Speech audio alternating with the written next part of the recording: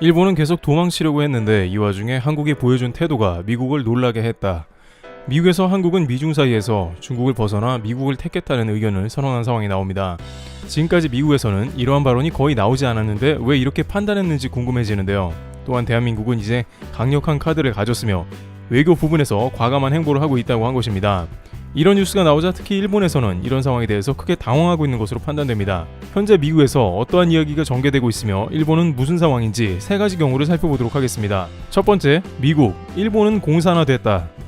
우선 많은 이들이 알고 있듯이 일본은 한국 보고 공산화가 되어간다는 말을 반복하고 있습니다. 그러한 결정적인 이유는 이번 대한민국 정부가 중국과 북한을 추종하고 있다는 이유를 들면서 문재인 정부 이후 미국 동맹에 등을 지고 전체적인 국가색이 공산화되었다는 주장을 하는 것인데요. 그런데 이런 이야기를 미국 대형 언론에서 정면으로 반박하며 일본 보고 공산화라고 한 사건이 생긴 것입니다. 이런 이야기가 왜 갑자기 나왔는지 궁금해지는데 바로 현재 일본에서는 한국에서 잘 알려지지 않은 미국 초대형 언론사 폭로 사건으로 떠들썩한 상황으로 그 여파가 상당히 큰 것으로 알려진 상황입니다. 바로 미국 뉴욕타임즈의 도쿄 지부장이 일본 정부가 어떠한 일을 저질렀는지 폭로한 것입니다. 뉴욕타임즈의 도쿄 본사의 지부장은 2009년 발령 후 일본 내각 담당으로부터 전화를 한 통 받게 됩니다. 그런데 일본 내각에서는 대뜸 일본 정부에 대한 비판 기사가 뉴욕타임즈에 게재되고 있다고 말하며 그 기사를 수정해주기를 바란다고 새로 취임된 일본 뉴욕타임즈 본부장에게 호통치듯 말했다는 것입니다. 그런데 이 본부장은 바로 이전 근무지가 베이징으로 그곳에서도 똑같은 일을 겪었던 것입니다. 따라서 그는 일본 내각 담당에 이런 일은 중국에서나 겪은 일이고 중국과 같은 언론 탄압이다 라면서 사실상 일본 정부의 요청을 거부했습니다. 그런데 그 이후 일본은 뉴욕타임즈의 인터뷰를 6년 동안이나 거절했습니다. 일본이 집요한 것은 중간에 총리가 아베로 바뀌었는데도 그 내용을 그대로 인수인계 인터뷰를 거절했습니다. 뉴욕타임즈 인터뷰는 총리 관저에서 아예 받아주지도 응하지도 말라는 것이 매뉴얼화 되어 있었다는 것이죠. 이러한 내용이 폭로가 되자 일본은 미국에서조차 일본은 말로만 민주주의이고 공산주의나 다름없다고 지적합니다. 또한 결국 이 사건은 뉴욕타임즈에서 아시아 본사를 도쿄가 아닌 서울로 옮기는 데 큰 역할을 한 걸로 보입니다. 당시 홍콩이 중국화되면서 뉴욕타임즈가 아시아 헤드쿼터를 결정해야 하는 상황이 왔는데 뉴욕타임즈는 지체 없이 일본 정부는 언론을 탄압하고 언론 환경이 좋은 분위기가 아니라고 판단한 것입니다. 기존에 한국에 이런 소문이 돌긴 했습니다만 막상 이번 뉴욕타임즈 전 본부장 폭로로 알려진 것입니다. 스티븐 덤바 뉴욕타임즈 국제 담당 사장은 이에 관해 한국과 일본을 놓고 고민하는 단계가 있었는데 결국 언론 자유 부분에서 일본이 부족했으며 디지털화도 한국이 잘 됐다고 한국이 선정된 이유를 말한 바 있습니다. 당시 이러한 뉴스에 일본은 당연히 도쿄가 뉴욕타임즈의 핵심인 줄 알았다는 크게 당황하는 모습이 연출됐습니다. 한국이 공산화된 곳이면 언론 탄압 등으로 세계 최대의 주요 언론사 중 하나가 한국에 올 리는 없는 것이죠. 그런데 이제 미국에서는 일본의 공산화 논란뿐만 아니라 대한민국의 친중 논란에 대해 반박했다는 말이 나옵니다. 두 번째, 일본, 미국 눈밖에 나버렸다.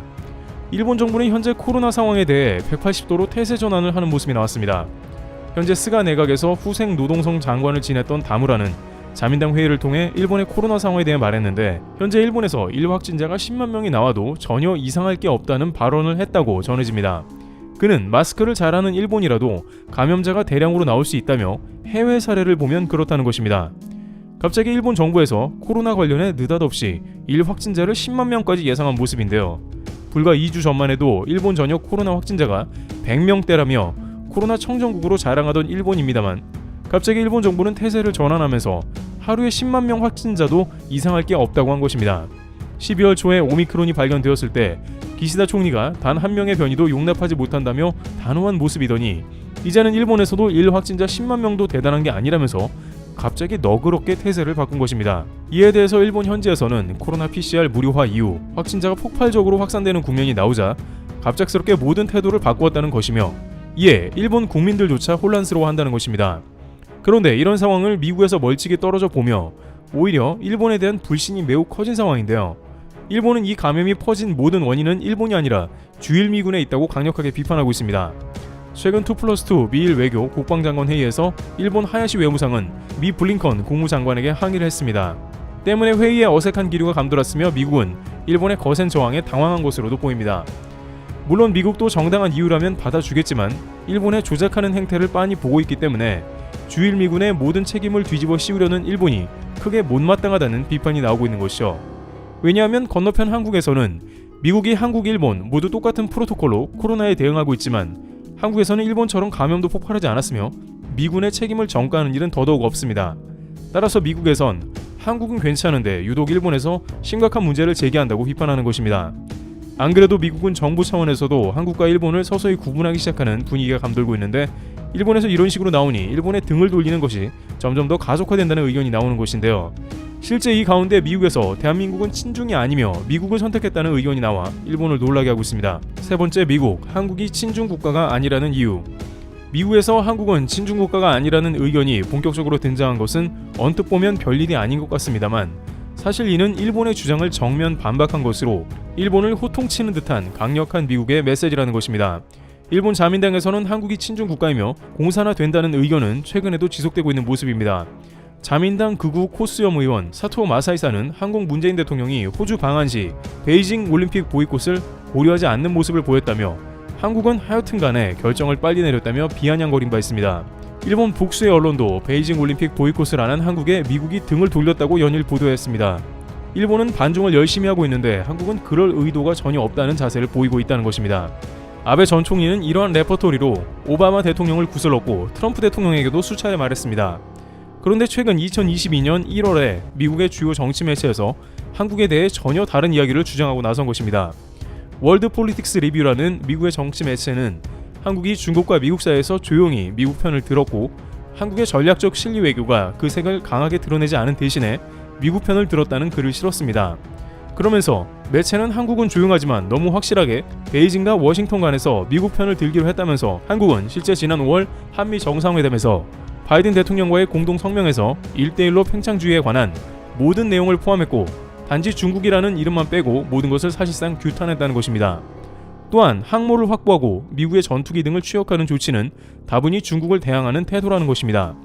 한국의 경항모 혹은 중항모 이상 항모의 취역과 그것을 활용한 F-35에 대량 배치하는 발걸음이 과연 한국이 누구를 대항하기 위한 것인지 미국은 알고 있으며 명백하게 중국 대응이라는 것입니다. 하지만 이 매체는 여기에서 한국은 한술 더 떠서 지난 왕이 부장 방문 시기를 정확하게 지적했습니다. 한국은 왕이 부장이 서울에 있는 동안 잠수함 탄도미사일 SLBM 시험 발사를 했는데 바로 이것을 문 대통령이 직접 참관했다는 것으로 이것은 한국 정부가 미중 경쟁과 갈등에 어느 한편에 손을 들지 않은 상태로 미국의 미사일 지침 해제를 얻어낸 다음 대한민국의 국방력 강화에 실제로 도움되는 일을 했으며 이것이 사드를 한국에 배치한 뒤 한국의 경제 보복을 한 중국을 대응하는 한국의 독특한 방식이라는 것입니다. 한국의 이러한 행보는 중국에서 한국의 불만을 강하게 드러내지 못하도록 잠재운 것이 되었으며 미국도 마찬가지로 한국의 반도체 공장을 부탁하는 등 한국에 의지할 수밖에 없는 상태가 되었기 때문에 한국을 과거처럼 미중 간에 압박하지도 못하며 백악관에선 오히려 이러한 외교 방식을 신뢰한다고 발표한 것입니다. 그러면서 한국은 이러한 외교 방식으로 마침내 자신감을 가지고 강력한 외교 카드를 갖게 되었다는 것이죠. 최근 수년간 이뤄낸 한국의 외교력으로 한국은 미중 간의 고래 싸움에 낀 새우가 더 이상 아니라는 것입니다. 중국도 한국을 무시하긴 어렵고 미국도 한국에 의존하는 매우 이상적인 상태에 머무르게 된 상황이란 것입니다. 반면 일본 외교는 크게 실패했다는 것인데요. 일본은 미중 사이에서 이러지도 저러지도 못하는 상황입니다. 일본은 중국을 군사적으로 대응하자며 쿼드에 가입했으나 막상 중국과 전쟁을 크게 꺼리고 있습니다.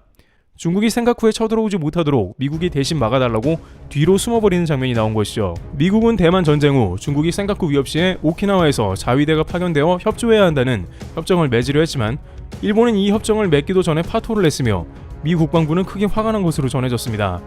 일본 영토를 보호하기 위해서 자위대를 동원하자는데 일본이 막상 도망가는 행보를 보이기 때문입니다. 반면 한국은 미사일 지침 해제를 풀어달라고 요청하더니 알아서 국방력을 최고 수준으로 키우는 모습입니다. 미국이 굳이 말하지 않아도 알아서 강한 국가가 되어 중국의 전쟁 억지력을 제공하니 차원이 다른 것입니다. 한 국가는 전쟁하자고 하니 도망치고 다른 나라는 알아서 동북아의 강력한 국가로 변모해버린 것입니다. 게다가 한국은 미국에는 경제적으로 최첨단 반도체까지 제공하고 미국의 큰 갈증을 해소시켜버렸습니다. 미 국무부가 왜 과거와는 달리 한국에는 별 말이 없는지 바로 미국에서는 정확히 알고 있었던 것입니다. 이러한 보도가 일본에 나가자 일본에서는 이미 한국이 공산화가 되었다며 또 공산화 이야기를 합니다. 한국은 세련된 외교로 이미 백악관에서 좋은 평가를 하며 확실한 파트너로 자리 잡은 데에 대한 열등감인지 일본은 여전히 구시대의 외교를 벗어나지 못하며 미국도 그래서인지 중국 대응하는 용도로만 쓰고 있습니다.